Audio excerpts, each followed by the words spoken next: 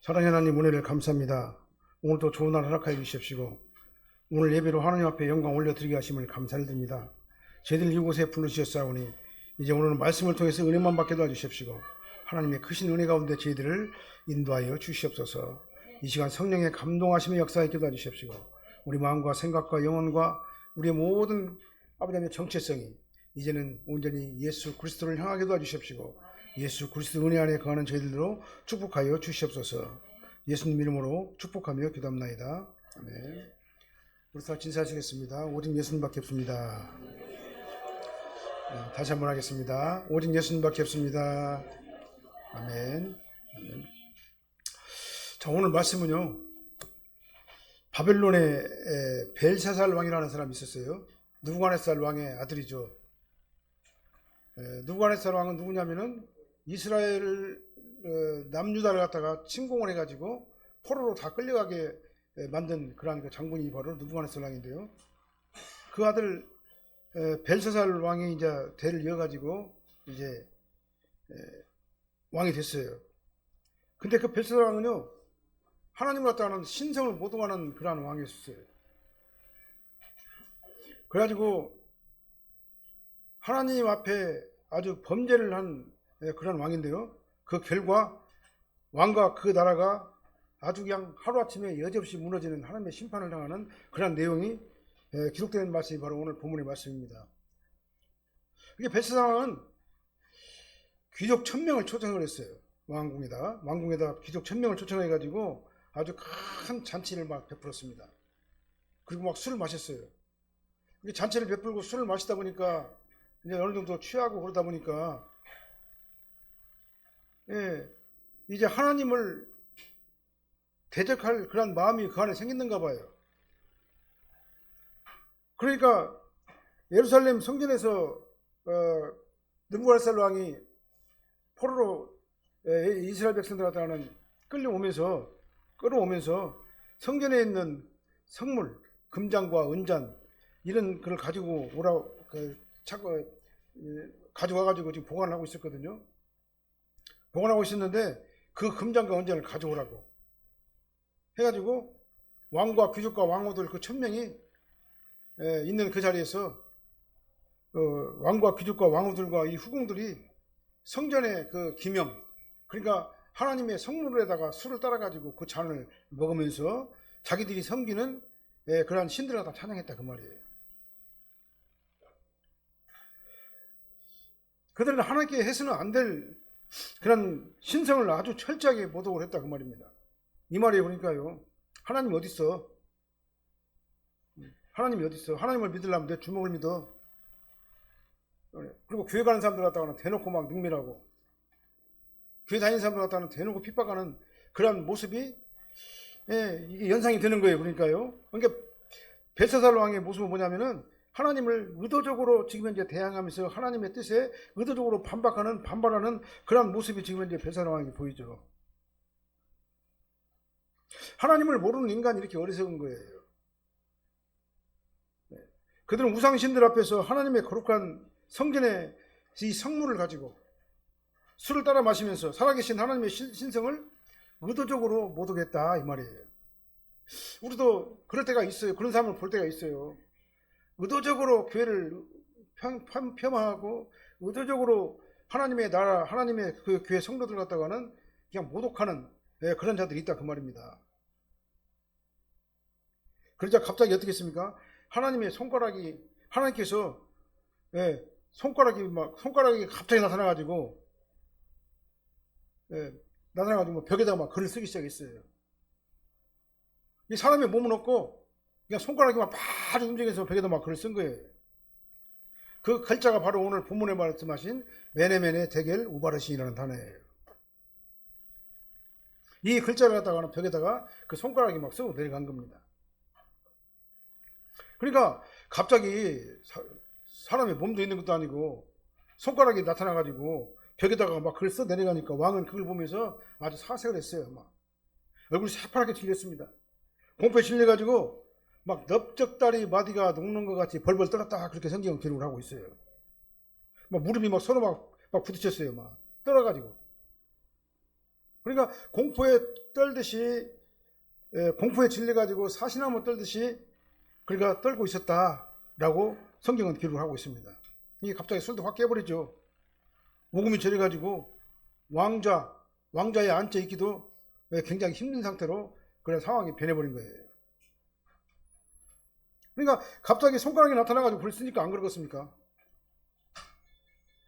아주 그냥 공포에 사로잡히게 된 겁니다. 그 분위기가 순식간에 얼어붙은 거죠. 그런데 왕은 어떻게 했습니까?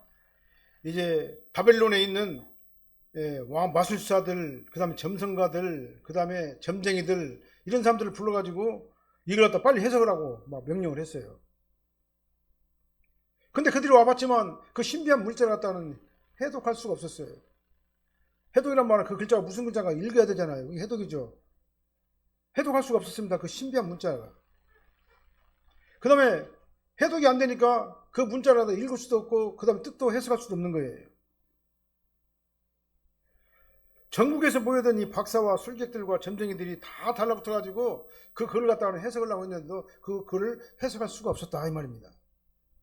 그래서 이제 이렇게 혼란한 것을 갖다 왕비가 알았죠. 왕비가 알아가지고 왕비가 들어와가지고 벨사살 왕에게 추천을 했습니다. 다니엘을 추천했어요. 다니엘이라는 사람이 있는데 그는 마음에 민첩하고 지식과 총명이 있어가지고 부왕의 꿈, 느부갓네살 왕도 꿈도 해석을 해준 그런 아주 지혜가 있는 사람이다라고 하면서 추천을 했습니다. 그러니까 왕은 이제 급하니까 이제 다니엘을 불러오라고 했겠죠. 그래서 벨사살 왕은 급히 다니엘을 불러가지고 그 꿈을 해석해달라고 요청을 했습니다. 그래서 다니엘이 벽에 쓴 글자를 해독하고 그 뜻을 해석해가지고 왕에게 알려주면서 하나님의 책망의 내용을 전달하는 말씀이 바로 오늘 메네메네 데겔 우바르신이라는 단어예요. 이제는 오늘 메네메네 데겔 우바르신이라는 단어가 하나님께서 어떻게 이 벨사살 왕을 책망하라고 심판을 했는가를 가지고 이렇게 말씀을 선포할 적에 저희들 많은 은혜 받으시길 바랍니다. 첫 번째로 메네메네의 하나님이셔요. 하나님은요. 25절로 26절 말씀 한번 읽어볼까요? 기록된 글자는 이것이니 곧 메네메네 데겔 우바르신이라. 그거를 해석하건대 메네는 하나님이 이미 왕의 나라를 시대를 세워서 그것을 끝나게 하셨다 하며. 그렇죠? 다니엘은 그러니까 벨사살 왕에게 그의 교만과 신성 모독 죄악을 정면으로 지적을 한 거예요. 하나님께서 그렇게 말씀을 해주셨어요. 다니엘에게.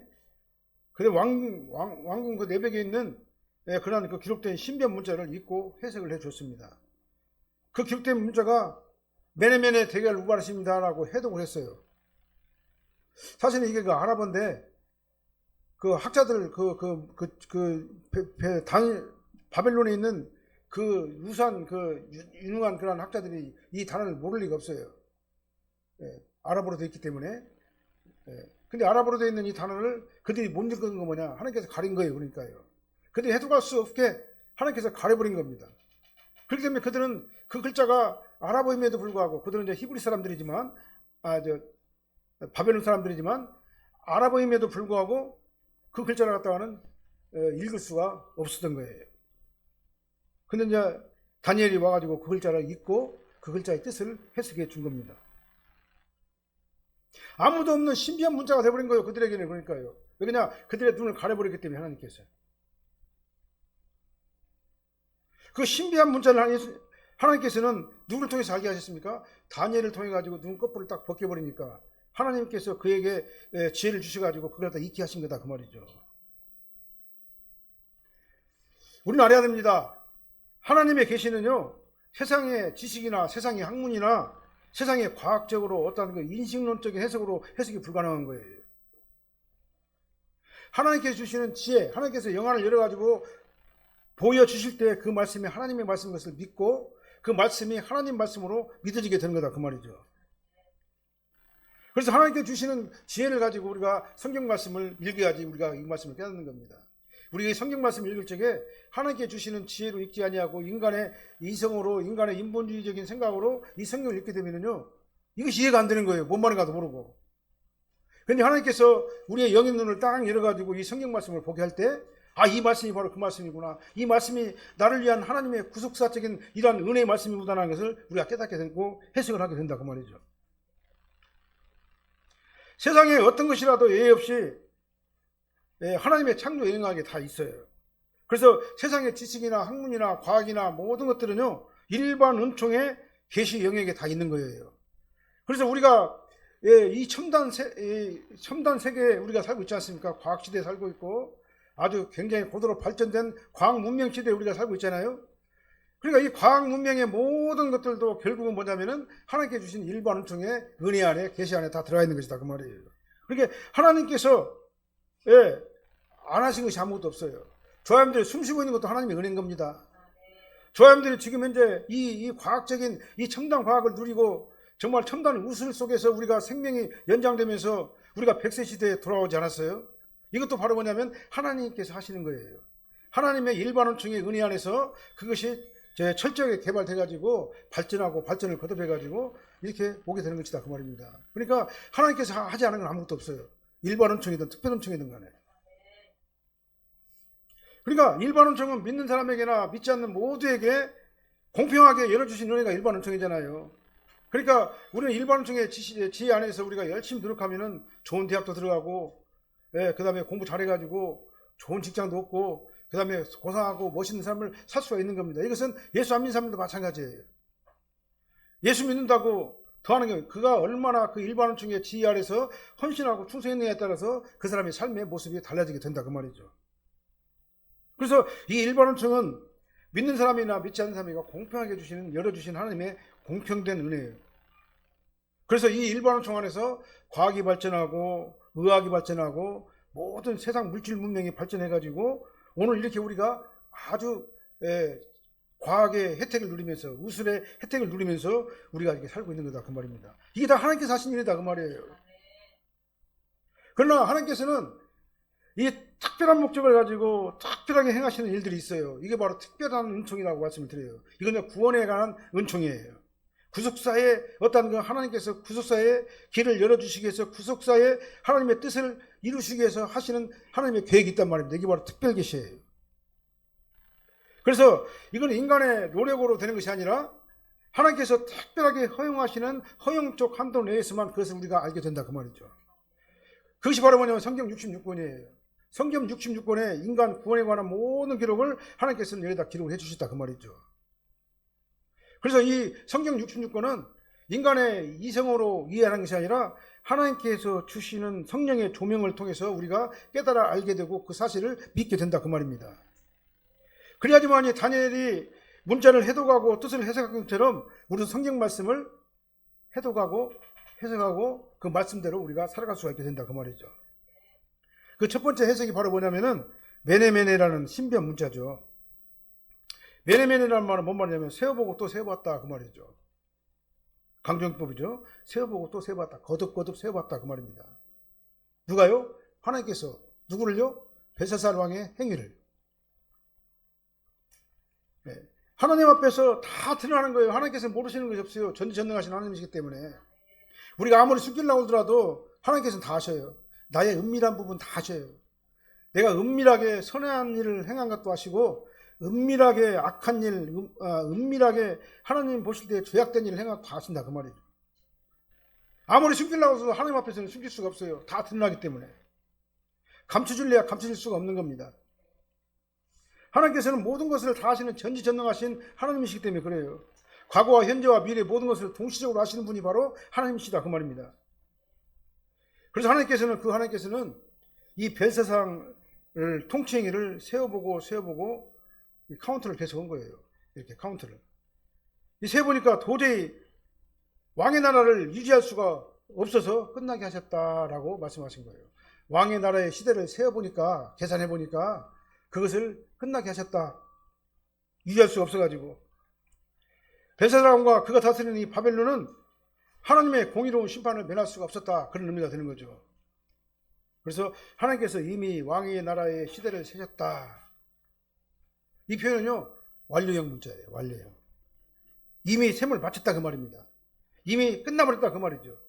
이제는 더 이상 회복이 불가능한 상태로 이제는 됐다 이 말이죠. 돌이킬 수가 없게 됐다 그 말입니다. 그래서 하나님께서는 그 당시 거대한 패권국가는 오늘날은 미국이나 뭐 중국이 포함될지는 모르지만 미국 같은 나라잖아요. 미국 같은 나라는 자기 그 기축 통화를 가지고 마음대로 세계 경제를 갖다가는 막 흔들기 때문에 우리나라 같은 이러한 그 나라들은 그 미국에 의해 가지고 모든 경제나 모든 정치나 문화 이런 것들이 거기에 흔들릴 수밖에 없는 거예요. 이게 바로 패권국가입니다. 아무도 손을 못 대요. 근데 이 바벨론이 바로 그런 나라다 그 말이죠. 그 당시에 패권국가니까. 이 대제국 바벨론은 정말로 절대로 망할 수 없는 그런 나라였었다 그 말이죠. 근데 하루아침에 아주 허무하게 페르시아에 의해 가지고 멸망을 당한 거예요. 그러니까 바벨론이라는 대제국이 어느 일정한 기간, 오랜 기간을 두고 망한 게 아니라 어느 날 갑자기 페르시아에 의해 가지고 그 왕조가 바뀌어버린 거다 그 말이죠. 우리가 사는 이 현대 시대도 마찬가지입니다. 하나님께서는요 나라의 왕들의 어떤 행위, 통치행위를 갖다가는 세고 또 세셔요. 계속 세시는 겁니다. 그 다음에 더 나아가지고는 우리 개인들의 행위도 세고 또 세셔요. 우리 각자 인생을 매네매네 하신다 그 말이죠. 매네매네. 세고 또 세신다 그 말이죠. 그러니까는 하나님께서는 다 아신다 그 말이에요. 저 사람들이 뭘 잘못했는가, 뭘 잘했는가 다 아신다 그 말입니다. 우리는요 하나님 앞에서 하나님을 함부로 판단하고 평가하고 하나님에 반항하는 그런 어리석은 자가 되면 안 될 줄로 믿습니다. 우리 그냥 예수님 앞에 쏙 들어가 버려야 돼요. 예수님 앞에 쏙 들어가가지고 오직 예수님만 우리가 부르짖고 예수님을 의지해야 됩니다. 그게 바로 가장 지혜로운 사람이다 그 말이죠. 다른 말로 말하면 우리는 하나님의 신성을 못 얻게서는 안 된다 그 말입니다. 하나님 없이도 모든 것들이 다 가능하다고 하나님 없이도 다 잘 살 수 있다고 그런 교만한 생각을 가지지 말라 그 말입니다. 착각하지 말라 그 말이에요. 하나님의 섭리는 아주 다양합니다. 하나님의 섭리는요 우리 인간들이 할 수 없는 일을 갖다 하시는 게 하나님이잖아요. 아주 초월적인 방법으로 온 우주를 협력하시고 보존하시고 통치하시면서 섭리하신다 그 말입니다. 하나님께서는요 때로는 어떻게 하셔요? 구속사를 이루시기 위해서 특별한 방법으로 홍해를 갖다 갈라버리잖아요. 우리 홍해바다를 갈릴 수 있어요? 우리 인간의 과거로요? 못 갈라요. 사자의 입을 막 열게도 하시고 닫게도 하시고 그 다음에 맹렬히 타는 풀무불 가운데서도 실오라기 하나 태우지 않고 그냥 건사해가지고 나오게 하시고 오늘 본문에처럼 갑자기 손가락이 나타나가지고 막 벽에다가 막 글 써가지고 심판의 글을 쓰기도 하신다 그 말이죠. 우리는 전능하신 하나님 앞에서 절대로 교만하면 안 돼요. 하나님께서는 반드시 그걸 다 세시고 세신다. 매네매네 하신다 그 말이에요. 우리는 이 매네매네 하나님 앞에서 겸손하게 우리가 주님 앞에 바로 서야 돼요. 주님 나는 부족합니다. 나는 연약합니다. 나는 오직 예수님밖에 없습니다. 예수님께서 나를 다 도와주지 않으면 나는 아무것도 할 수 없습니다. 나는 연약하고 부족한 것밖에 없습니다. 예수님께서 나의 모든 연약하고 부족한 것을 용서해 주십시고 정말 예수님 은혜 안에 내가 거하게 도와주셔서 이제 예수님만 바라보고 주님 은혜 안에 내가 살게 도와주시옵소서. 이 사람이 가장 지혜로운 사람이다 그 말이에요. 하나님의 신성을 못 오가는 자는요 겉으로 보기에는 대단한 것 같지만 그 사람은 허무하게 이 벨사살 왕처럼 무너지는 사람이 된다 그 말이에요. 하나님 말씀을 겸손하게 수용하시고 믿으시고 순종하시는 복된 성도님들이 다 되시길 바랍니다. 그럼 두 번째로 보면은요 대결의 하나님이세요. 하나님은요 27절 말씀 한번 볼까요? 대결은 왕을 저울에 달아보니 부족함이 보였다 하며 손가락이 막 나타나가지고 벽에다가 쓴 두 번째 문자가 뭡니까? 매네매네 쓰고 난 다음에 대결이라는 단어를 썼어요. 대결이란 말은 뭐 말하냐면 무게를 단다 그 말입니다. 저울로 무게를 단다 그런 뜻이에요. 벨사살 왕의 이 교만한 행위를 갖다 저울에 딱 달아보니까 하나님의 판단 기준에 크게 못 미쳤다 그 말입니다. 이 죄가 뭡니까? 하나님께서 죄를 딱 달았을 적에 못 미치는 게 바로 죄예요. 못 미치는 게. 그러니까 벨사살 왕을 갖다가는 하나님께서 심판의 저울로 딱 달아보니까 근수가 차지 않았어요. 근수가 차지하는 그 쭉정이 같은 인간이 바로 벨사살 왕이었다라고 벨사살을 갖다가 책망하는 거예요. 하나님의 저울은요 공평해요.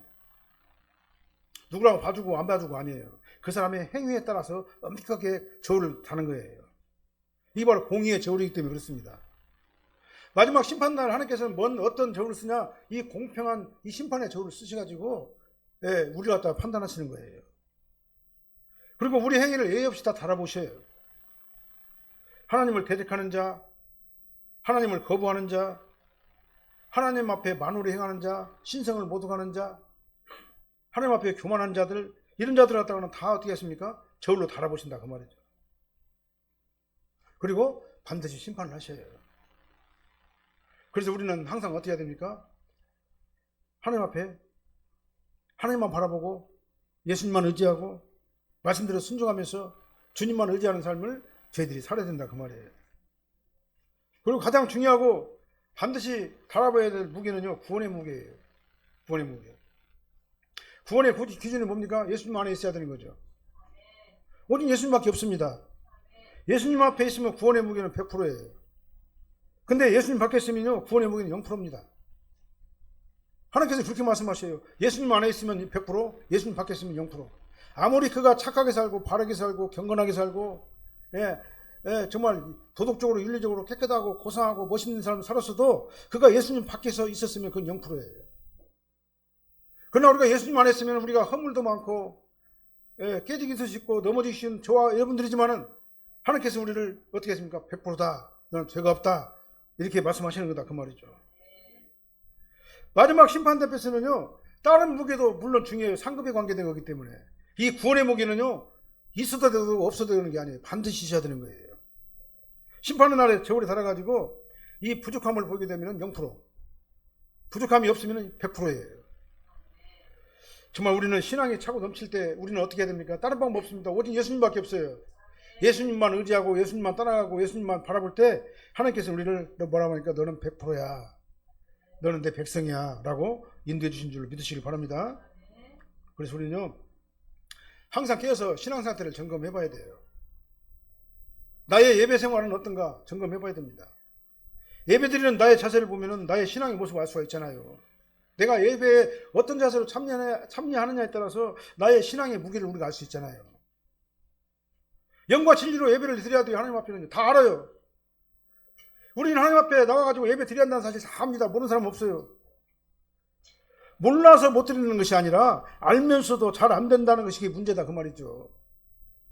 근데 우리는 이걸 갖다 반드시 극복을 해야 되고 회복을 해야 되는 겁니다.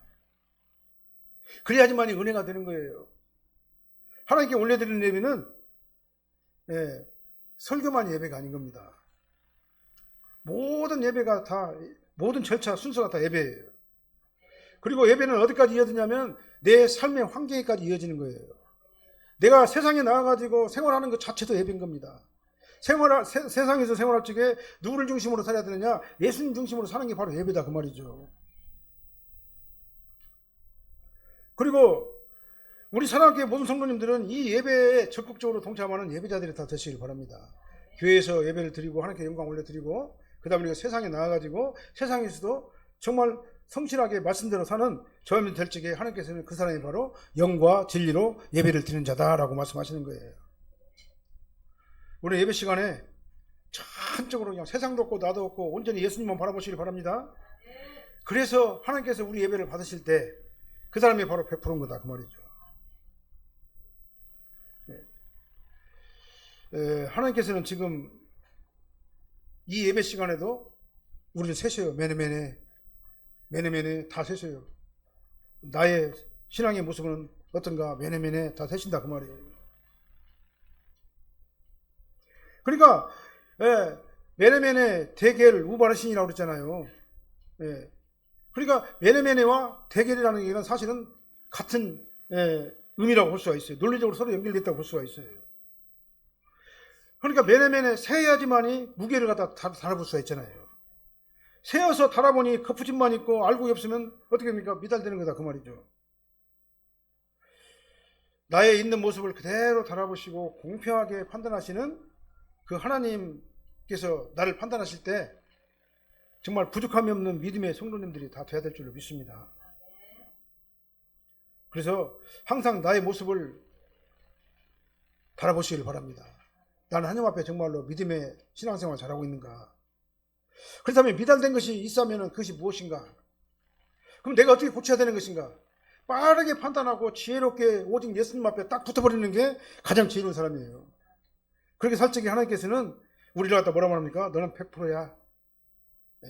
100%의 기준은 오직 예수님뿐이라는 사실을 믿으시길 바랍니다. 그 다음에 세 번째, 하나님은요 우발하신의 하나님이세요. 28절 한번 읽어볼까요? 베레스는 왕의 나라가 나뉘어서 메대와 바사 사람에게 준바되었다 하느니이다 하니. 저 25절 말씀 보면은 메네메네 대겔 우바르신이라고 되어 있잖아요. 세 번째가.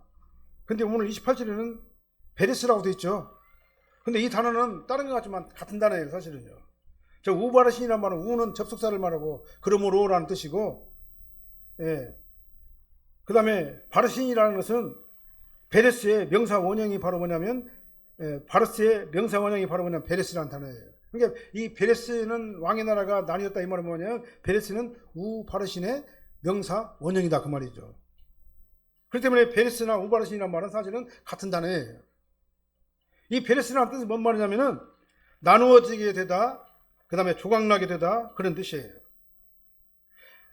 하나님이 이미 왕의 나라를 시대를 세워가지고 그것을 끝나게 하셨고, 26절 저울에 달아보니까 하나님의 기준에 미달되었고, 27절 결과적으로 하나님의 심판으로 벨사살은 그날에 메대와 다리오가 죽임을 당하고 바벨론에 패망할 것이다 라고 28절에 말씀하신 거예요. 부족함을 보였다 하니까요. 28절 베레스. 다니엘서 5장 30절로 31절 말씀 한번 읽어볼게요. 그날 밤에 갈대아 왕 벨사살이 죽임을 당하였고 메대 사람 다리오가 나라를 얻었는데 그때 다리오는 60이었더라. 그러니까 그날 밤에 그냥 죽어버린 거예요. 그날 밤 뭡니까? 다니엘이 메네메네 대겔 우바르신이라는 연회장 왕궁의 벽에 쓰여진 글자를 해석한 날 밤이잖아요. 손가락이 막 나타나가지고 막 메네메네 대겔 우바르신이라고 썼잖아요. 그 글을 갖다가 다니엘이 해독하고 해석하고 그 다음에 하나님의 말씀대로 그 벨사살 왕을 갖다 책망하고 난 그날 밤에 바로 하나님께서는 벨사살 왕의 생명을 취해 가신 거다 그 말이죠. 그리고 절대로 무너질 수가 없었던 그 패권 국가의 왕, 사실 왕이 죽었다고 그래가지고 나라가 없어진다는 말이 됩니까 그게요? 그거 말이 안 되잖아요. 아무리 왕이 없다고 하더라도 그 나라에 그 질서가 있고 행정적인 절차가 있고 그 다음에 권력이 어떤 그 조직이 다 있는데 왕이 죽었다고 그래가지고 나라가 망한다는 게 말이 안 되잖아요. 근데 하나님께서 그렇게 하셨어요. 그날 밤 왕이 죽고 난 다음에 그 다음 메대와 바사가 그 나라가 다 접수를 해버린 거다 그 말이죠. 그래서 그날 밤 그러니까 그 예언이 즉시 이루어졌다. 우리 인간으로서는 우리 인간적인 인성적인 방법으로서는 이해할 수 없는 그런 일들이 그날 밤에 나타나게 된 거예요. 그래서 어느 날 갑자기 이 바벨론이라는 나라는 페르시아 제국으로 흡수돼 버린 거다 그 말이죠. 이게 바로 역사적인 사실이에요. 이게. 이 이유는 뭐냐?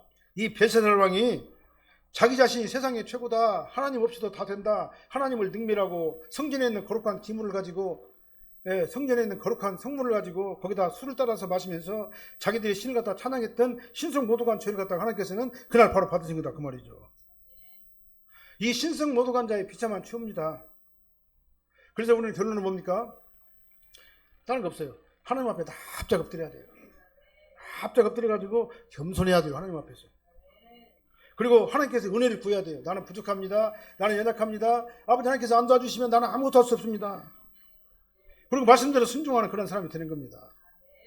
내 마음을 누가 주관하느냐에 따라서, 그러니까 내 마음을 누가 주관하고 내 마음의 주인이 누구냐에 따라서 그 사람의 정체성이 달라지는 거다 그 말이죠. 저함들은 누가 주관해야 되겠습니까? 전능하신 하나님께서 우리 마음을 주관하게 될 때 그 사람이 가장 지혜로운 사람이고 가장 아름다운 사람이다라는 것을 믿으시길 바랍니다. 인간의 계산이나 상식으로나 이성의 범위로는요 도저히 상상할 수 없는 방법으로 하나님께서는 우리를 다루어 나가시기 때문에 그렇습니다. 세상에 손가락이 나타나가지고 벽에다 글을 쓴다. 예? 하나님께서는 나귀의 입을 빌려가지고 나귀가 말을 하게 해가지고는 그 다음에 그 예언을 갖다가 해석하게 하신다. 이런 일들이 우리가 사는 세상에서 안 나타날 것 같지만요 나타나게 된다 그 말이죠.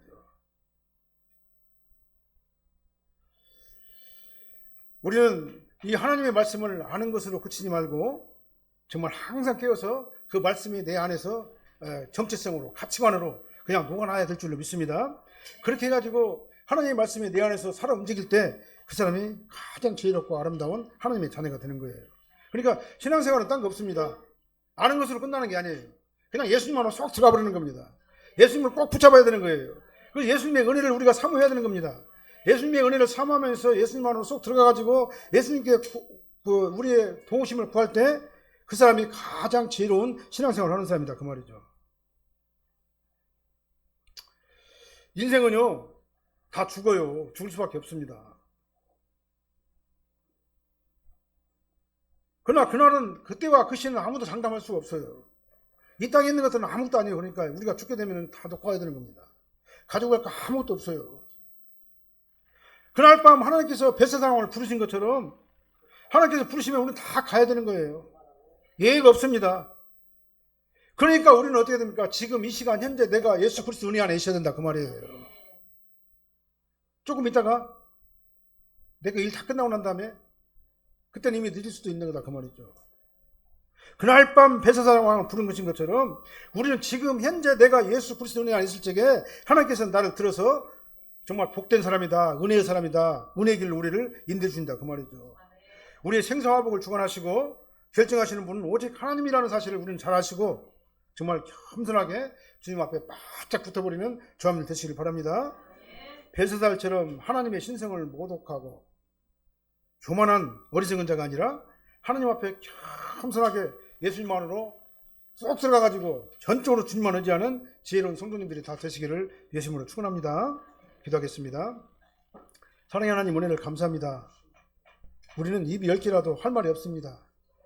우리 자신의 행위와 우리 자신의 생각과 우리 자신의 행위를 달아보면 주님 앞에 아버지 하나님 정말 달아보면은 우리는 아버지 하나님 정말 도저히 아버지 하나님 정말 주여 하나님 앞에 이달될 수밖에 없는 그런 연약한 존재입니다.